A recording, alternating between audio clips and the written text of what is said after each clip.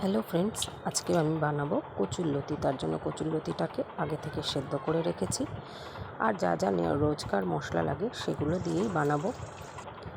তা আগে তেলের মধ্যে ফোড়ন দিয়ে নিচ্ছি শুকনো লঙ্কা, গোটা জিরে, এরপর দিয়ে দিলাম কুচনো পেঁয়াজ এবং টমেটো। তারপর দিয়ে দেবো আদা রসুনের পেস্ট।